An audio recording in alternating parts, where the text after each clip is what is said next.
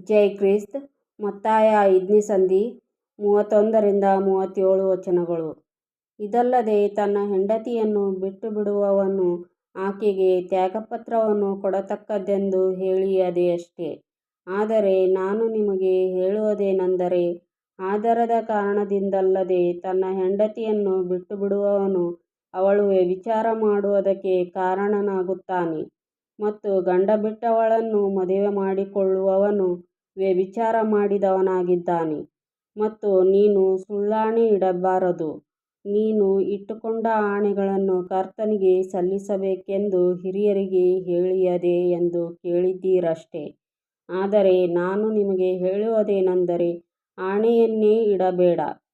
ಆಕಾಶದ ಮೇಲೆ ಆಣೆ ಇಡಬೇಡ, ಅದು ದೇವರ ಸಿಂಹಾಸನವು.